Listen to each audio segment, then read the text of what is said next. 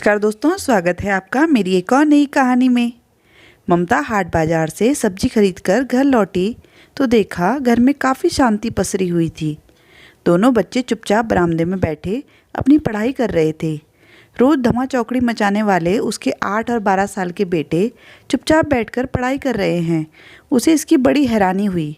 ममता के आते देख दोनों बच्चे उसकी तरफ देखकर मुस्कुराए। बड़ा बेटा अखिल तो फिर भी अपनी पढ़ाई में लग गया, लेकिन छोटा बेटा आरव, जो कि थोड़ा चंचल ज़्यादा है, अंदर कमरे की तरफ इशारा करते हुए अपनी दादी माँ की एक्टिंग करते हुए उसने बताया कि दादी माँ आ गई है। उसके इशारों को देखकर ममता की हंसी छूट गई। उसकी हंसी की आवाज़ सुनकर अंदर कमरे में से सासू माँ निर्मला जी भी बाहर बरामदे में आ गई और आते से ही अपने अंदाज में बोली, ये क्या बड़ी बहू, तुझे पता था ना कि आज मैं आने वाली हूँ, पर फिर भी शॉपिंग करने चली गई। बड़ा घूमने फिरने का शौक चढ़ा है मेरे पीछे से। अब यहाँ खड़ी खड़ी खी खी करके दांत ही दिखाती रहेगी या फिर मेरे लिए चाय भी बनाएगी।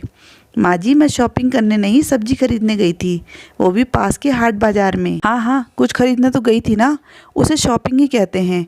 अब तुम छोटे घर की लड़कियों को क्या पता, बस अपनी ही सेकी बिगाड़ने में लगी रहती हो। अब ज़्यादा मुंह मत चला, जल्दी से चाय बना कर ला। उनकी बातें सुनकर ममता फटाफट से अंदर गई, सामान रखा, रसोई में पहुंच गई। अभी चाय बनाने के लिए पानी गैस पर चढ़ाया था कि सासू माँ की आवाज़ आई, अरे बड़ी बहू, बाहर कुर्सी भी ले आना, मैं तो बाहर बरामदे में ही बैठूंगी। तुम्हारे घर में तो गर्मी बहुत ज़्यादा है, पता नहीं तुम लोग इन 2 कमरों में कैसे गुजर बसर करते हो।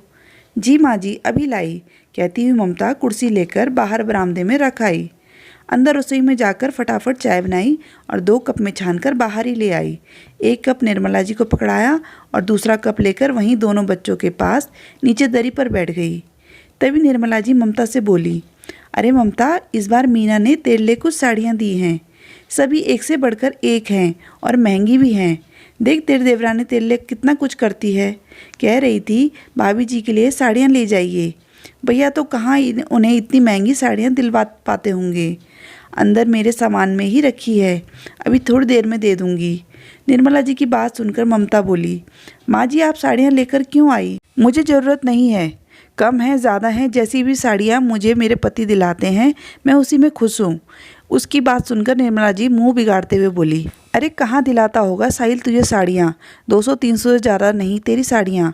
देख, अभी भी तूने कॉटन की साड़ी पहन रखी है, भला आज के ज़माने में कौन पहनता है ऐसी साड़ियाँ। फिर अगले सप्ताह मीना और मनोज की शादी की सालगिरह भी है, वो लोग होटल में पार्टी रख रहे हैं।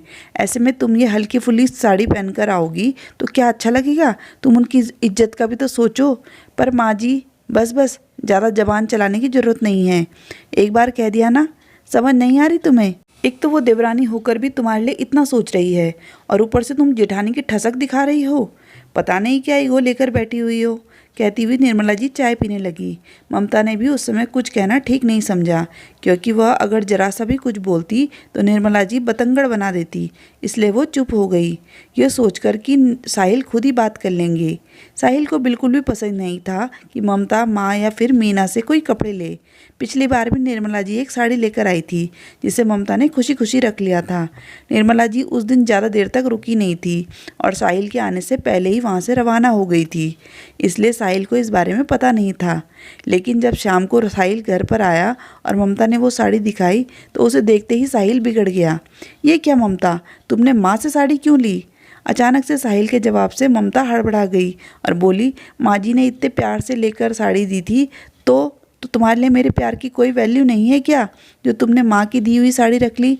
मैं जानता हूँ कि अभी मेरे पास पैसों की कमी है, मैं तुम्हारी इच्छा को पूरा नहीं कर पाता, पर इसका मतलब ये नहीं कि तुम किसी की उतरन अपने पास रख लो।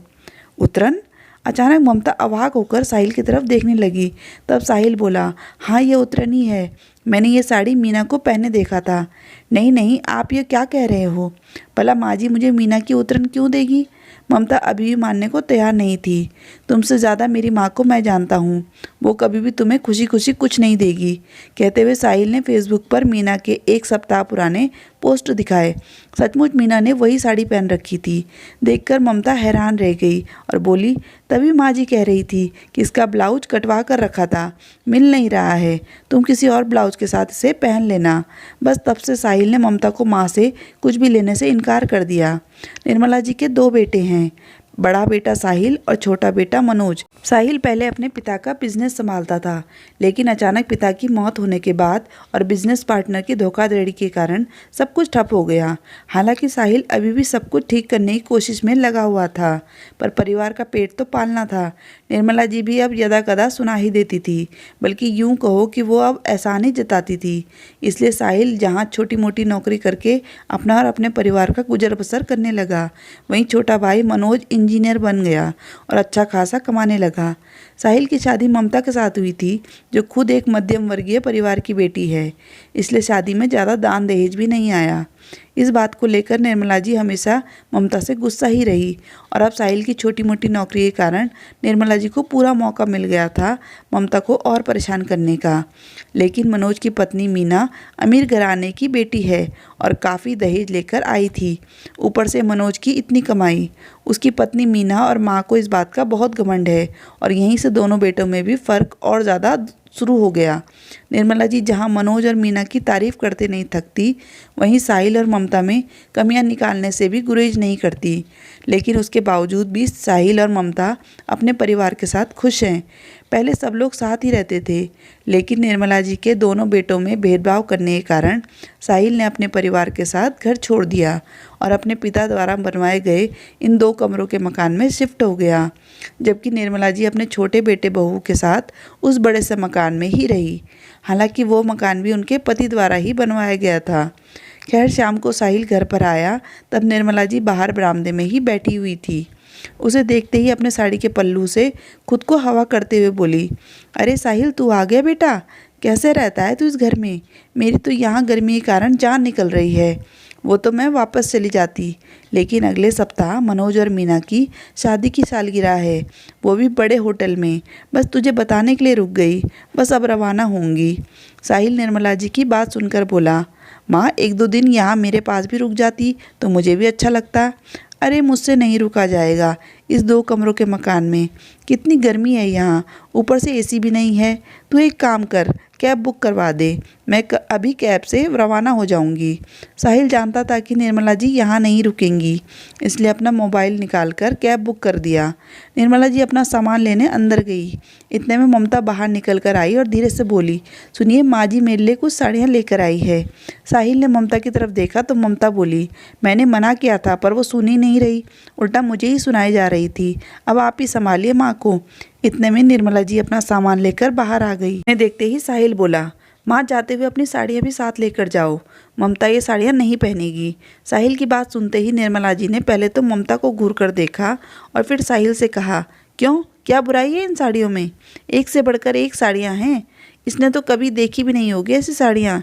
इसने ऐसी महंगी साड़ियाँ नहीं देखी तो कोई बात नहीं, जब मेरी क्षमता होगी तो मैं दिला दूंगा, पर अभी मेरी हैसियत नहीं है उसे ऐसी साड़ियाँ पहनाने की, इसलिए आप ये साड़ियाँ वापस लेकर जाइए। साहिल ने अपनी बात कही तो निर्मला जी गुस्सा हो गई, क्या हमेशा लकीर का फ़कीर बना रहेगा? खुद तो कुछ ढंग का कमाता नहीं है, ऊपर से हमको शर्मिंदा करता है।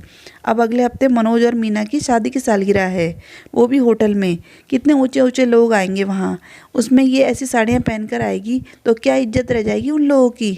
अरे मैं तो बच्चों के कपड़े भी लाना चाहती थी, लेकिन उन बच्चों के कपड़े मेरे बच्चों के लिए छोटे थे। सही कहा ना माँ? साहिल ने कहा तो निर्मला जी झेप गई, जैसे उनकी चोरी पकड़ी गई हो। पर साहिल ने बोलना बदस्तूर जारी रखा, मेरा परिवार उतरन पहनने के लिए नहीं है, कम है लेकिन जैसा भी है हम उससे खुश हैं। आइंदा आप जब भी यहाँ आओगी तो अपनी छोटी बहू की उतरन लेकर नहीं आओगी। अरे उतरन है तो क्या हुआ, इसने तो सपने में भी ऐसी साड़ियाँ नहीं देखी होगी, लेना हो तो लो ये साड़ियाँ, नहीं तो सालगिरह में आने की ज़रूरत नहीं है। मैं नहीं चाहती कि तुम्हारे कारण हम लोग शर्मिंदा हों। निर्मला जी भी अपनी धुन में बोलती गई। साहिल सुनकर बिल्कुल हैरान था, भला एक माँ अपने बच्चों में इतना ज़्यादा फ़र्क करेगी, उसकी बिल्कुल भी उम्मीद नहीं थी। आखिर साहिल बोला, ठीक है माँ, दरवाज़ा खुला है, आप जा सकती हो। माना कि आपका छोटा बेटा बहुत कमाता है, पर स्वाभिमान तो मेरे भी है, हम आपको शर्मिंदा करने के लिए सालगिरह में नहीं आएंगे। इतने में कैब आ गई। साहिल की बात सुनकर निर्मला जी अपने पैर पटकते हुए बाहर निकल गई। अगले हफ्ते मीना और मनोज की सालगिरह में भी वो लोग नहीं गए। आखिर उनके परिवार को उनकी गरीबी से शर्मिंदगी जो महसूस होती थी। दोस्तों, आज की कहानी के बारे में आपके क्या विचार हैं, हमें कमेंट में ज़रूर बताइएगा। कहानी पूरी सुनने के लिए धन्यवाद।